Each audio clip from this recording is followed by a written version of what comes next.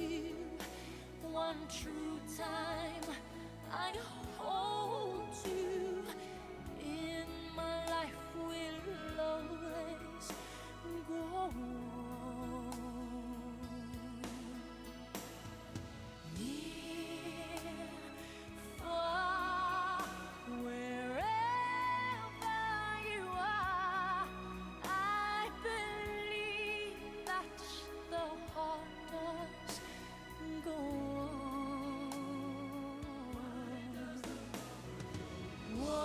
Once more you open the door, and you'll hear in my heart, and my heart will go on and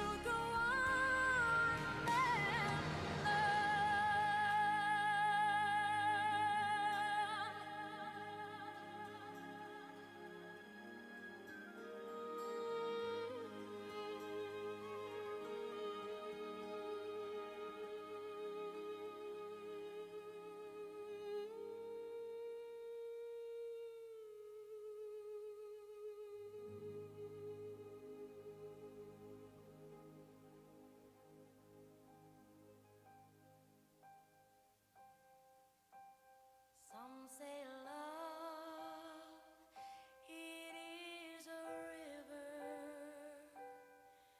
that drowns the tender reed. Some say love, it is a razor that leaves your soul to bleed. Some say love, it is a hunger, an endless aching need. I say love, it is a flower, and you, it's only seed.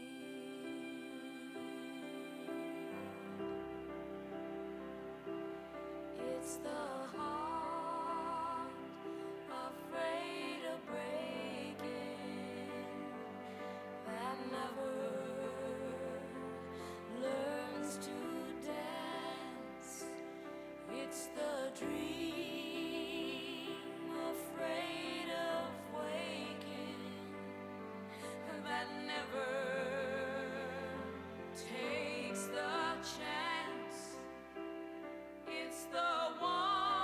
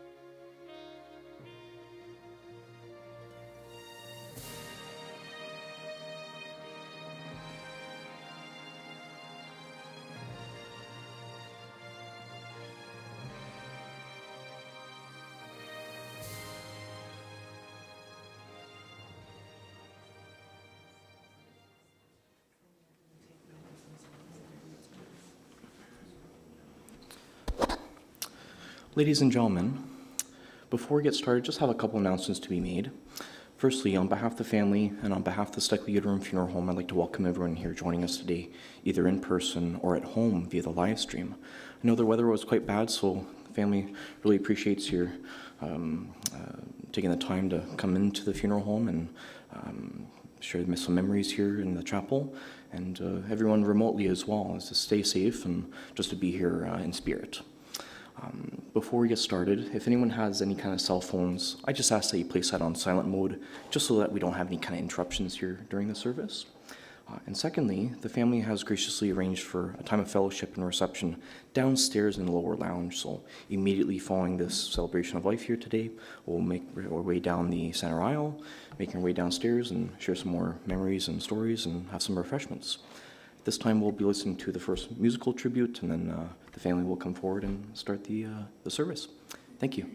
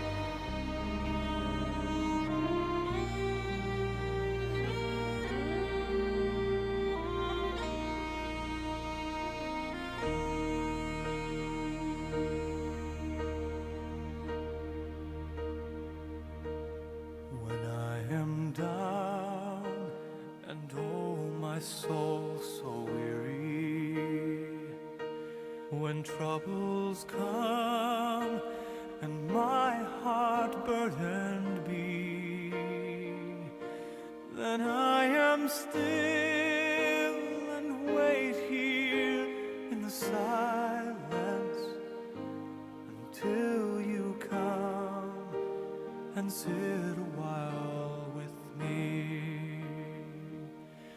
You raise me up so I can stand on mountains. You raise me up to walk on stormy seas. I am strong when I am on your shoulders.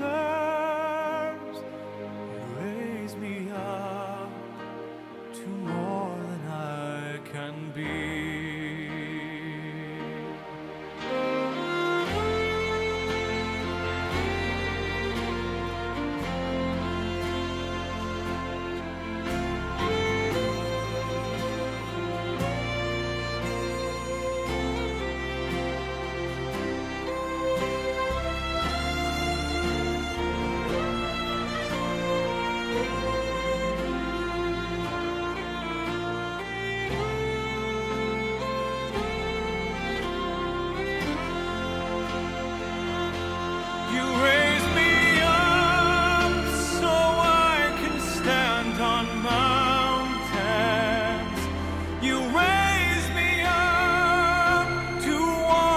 Stormy seas,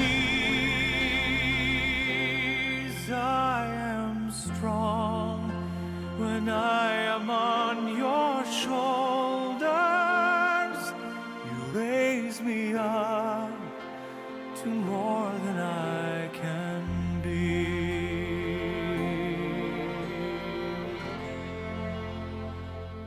You raise me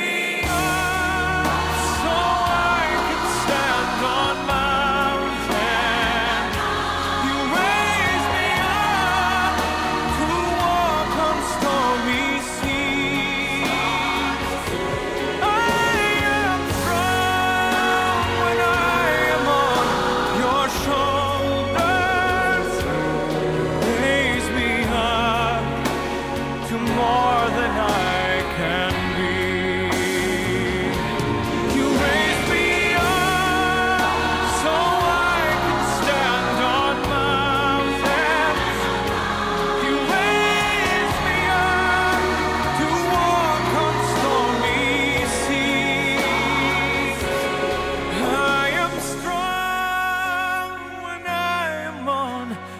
shoulders, you raise me up to more than I can be.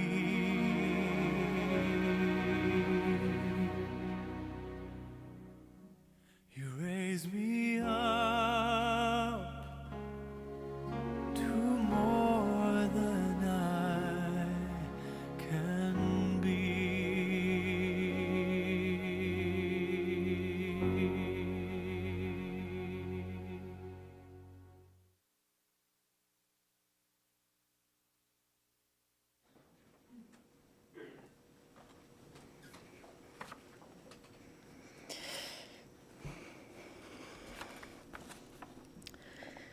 Today we are gathered together to remember a great lady that we had to say goodbye to a few short weeks ago, Elaine Hufnagel, and as most of her nieces and nephews refer to her as Auntie. Auntie was born into a love story between young John and Sophie Primock on January 12, 1938. Very soon after, her brother Joe, or as most called him Joey, was born.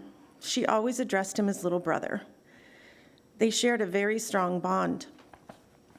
In recent months, we came across a box of treasures.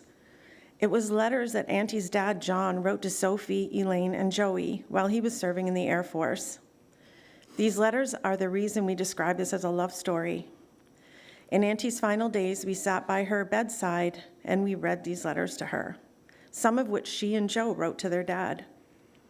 We hope these brought her the comfort they brought us, recalling the sweet family she came from. Her dad, John, wrote how much he missed his wife and children in every letter, for which he always wrote 6 pages. He spoke directly to each of them, describing Auntie as his beautiful little girl. He would leave each letter as, "Yours forever, John," with little messages to Auntie and Dad with X's that filled the page. He spoke of the day he'd be coming home. That never happened. John was killed at the age of 30 while serving with the Royal Canadian Air Force on September 20th, 1944. Elaine was only 6.5 years old and Joe was 5.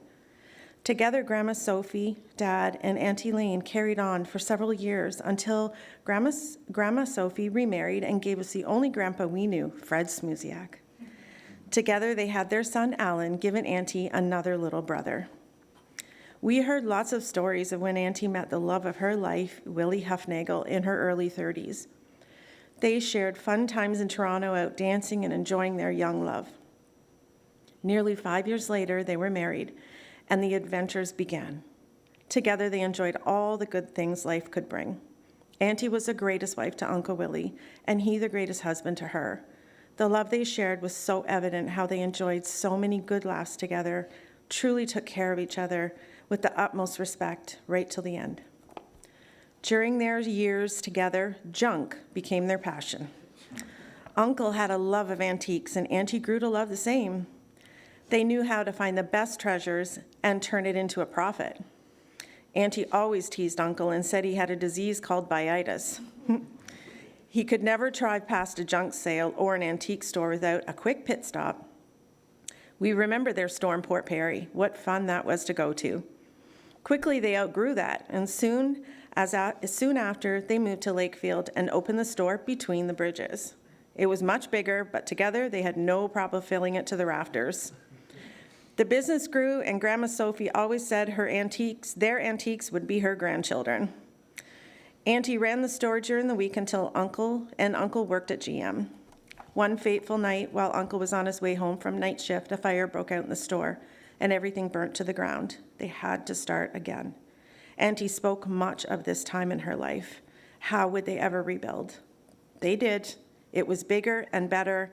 The byitis kicked back into full gear, and the Hufnagels were back.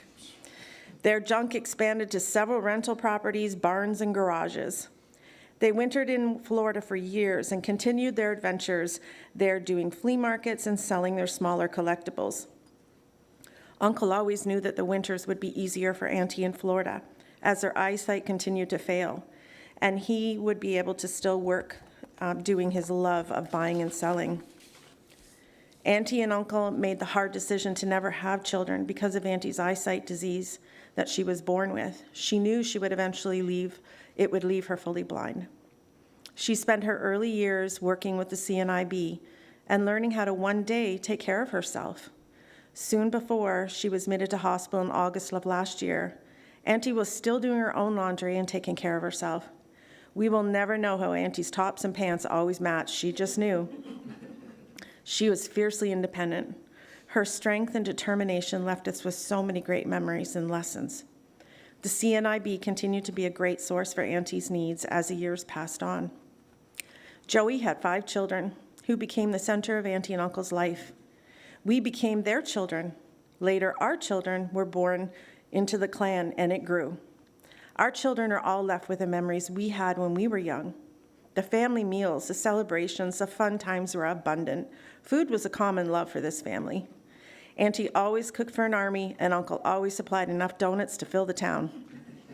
If Auntie wasn't cooking, then she was on her hotline to all the locals in Lakefield ordering the best food. Dixie Lee Chicken in her Lakefield backyard house was our favorite.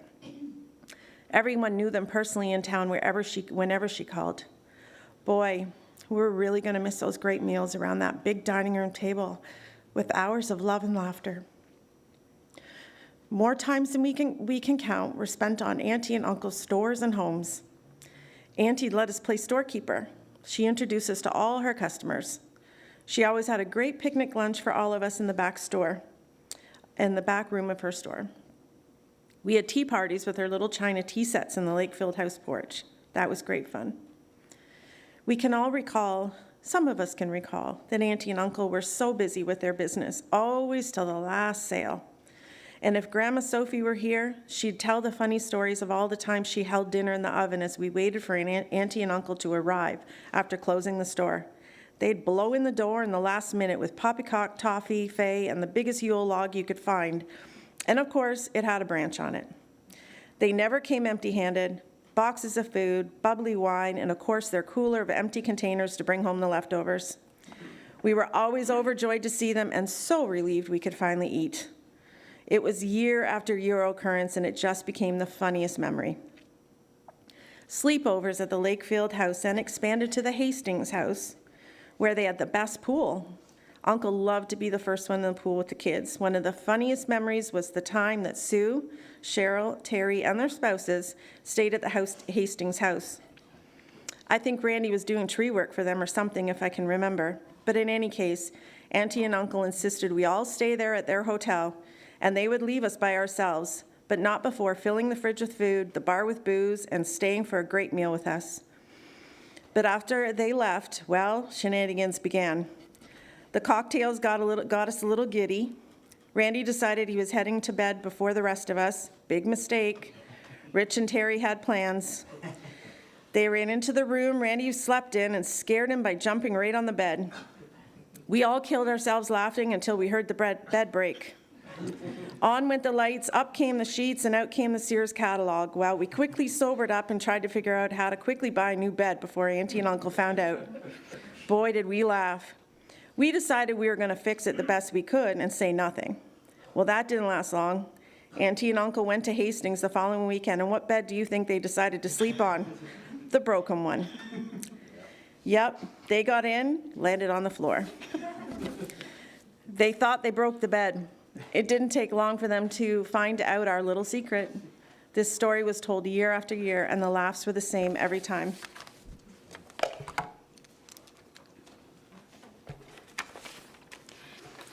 After losing Uncle May 2nd, 2018, it was our turn to take care of Auntie, as we promised Uncle we would.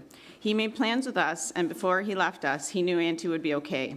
After weeks of sorting through the hundreds of boxes in the Hastings house, 5 auctions on the front yard of the house, and multiple visits to retirement homes, the day came and we moved Auntie to be close to her children and to us children in Barrie.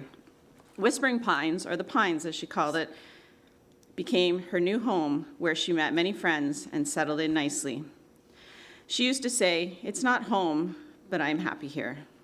She made the most of it despite how much she truly missed Uncle. The family, Auntie and all of us knew was getting smaller. We had lost our dad, Grandma, and Grandpa, now Uncle. But we wanted Auntie to still have all our family could be, and we wanted the same, so we took her out on shopping trips. She would park herself in the change room in the ladies' clothing store, and we would run for sizes, and she shopped till she dropped. She loved her Swiss chalet and Chinese food, so off we all went for meals on the town. We cooked our favorite Ukrainian dishes and catered many meals and enjoyed them in her new home with her. One of us or our children visited Auntie pretty much every week to bring her treats and lots of laughs. Then COVID hit, and it all became a challenge to visit Auntie. Her TV was her buddy during this time. She knew every rerun and when it was on. She sure loved a good Reba and Murder, She Wrote.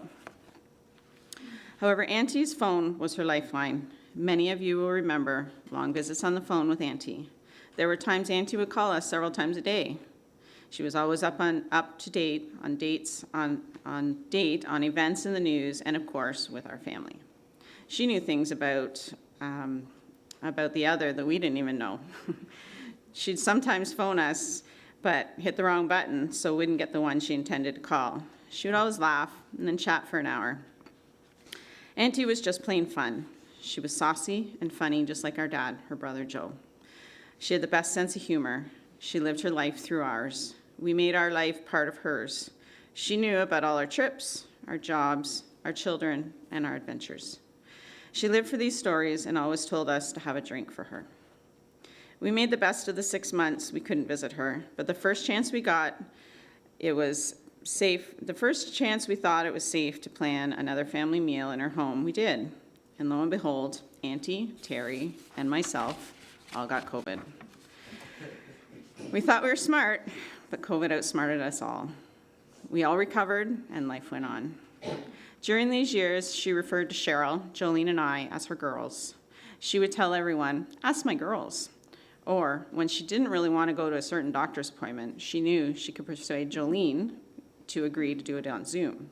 But she would never win over Cheryl and I. We always insisted on taking her into the office for appointments. She's pretty sneaky. She always says to us, "Yes, boss," and told us respectfully we were bossy. Boy, she was cheeky. We all had assigned roles to play. Jolene was her shopper. Cheryl was her business manager. And me, I was other duties as assigned. Jolene always made sure she had her cookies, candies, her white mints to be exact, chocolates, Crispy Crunch specifically, and of course Cheetos, not cheesies, otherwise you got in trouble. And it was ginger ale as well, among other items. Auntie was very specific in her needs. She knew what she liked, and we knew exactly what to get her. We will very much miss all of this, especially E. Hufnagel when it came across the display on our phones. To all of you who have joined us today, she spoke so much of so many of you. She told us so many stories of times you had all shared together as you grew up in this massive family. We all had the privilege of being part of it. She loved everyone with everything she had. The stories she could tell us the stories we could tell would take us weeks. Our life will be filled with remembering these and laughs we will continue to have as we never forget our Auntie and the family we have lost. We will miss our Auntie every day. We will miss her hugs and her soft hands that reminded us so much of Grandma Sophie. We have been so busy in our life with her that these last few days are feeling somewhat empty. She taught us as a mother would. Her legacy will live on in us. Auntie and Uncle were great teachers and will leave us with the best lessons in life. We are so fortunate to have had the family we did. We will never forget the love that filled the many homes in Harding Boulevard, Lakefield, Hastings, and Cedar Avenue. Till we meet again, Auntie. So it's a beautiful poem that I really liked, and I thought it was very fitting for Auntie. So it's called She Is Gone. You can shed tears that she is gone, or you can smile because she has lived. You can close your eyes and pray that she will come back, or you can open your eyes and see all that she has left. Your heart can be empty because you can't see her, or you can be full of love that you shared. You can turn your back on tomorrow and live yesterday, or you can be happy for tomorrow because of yesterday. You can remember her and only that she is gone, or you can cherish her memory and let it live on. You can cry and close your mind, be empty and turn your back, or you can do what she would want, smile, open your eyes, love, and go on.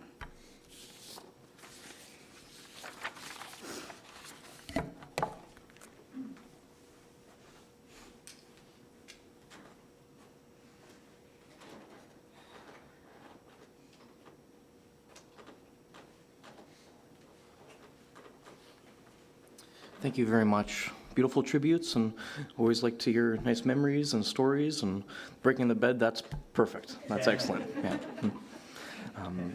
So just a friendly reminder that we're going to head downstairs in a few short minutes to share some more of these memories and stories and some refreshments. Some of you out here that you likely have memories and stories as well. And just in the lobby of the funeral home, right underneath the TV and right by the staircase, there's a memory jar set up. So if anyone has a few moments to write down a nice memory of Elaine and maybe a thought or a phrase, place it on a piece of paper, place it inside the memory jar, and that's something that the family can reflect on afterwards. So it's a nice gesture, so if you have the time to please do so. In just a moment, we'll listen to the last musical tribute. So I'll just encourage you to stay seated, and we'll head down maybe about halfway through the song. Thank you.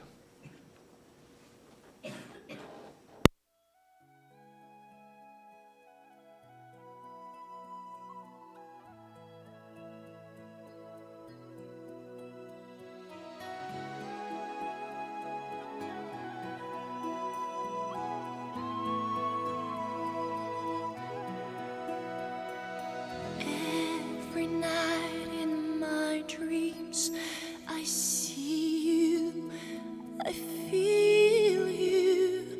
That is how I know you. Go on. Far across the distance and spaces between us, you have come to show you. Go on. Near, far, wherever you are, I believe that the heart does. Go on.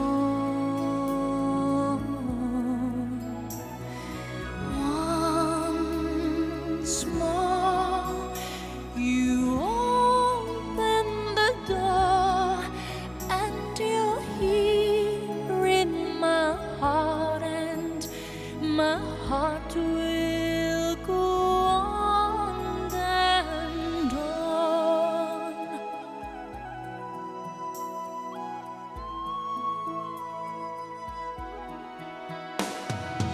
Love can touch us one time and last for a lifetime, and never let go till we're gone. Love was when I loved you one true time. I hold you in my life, will always go on.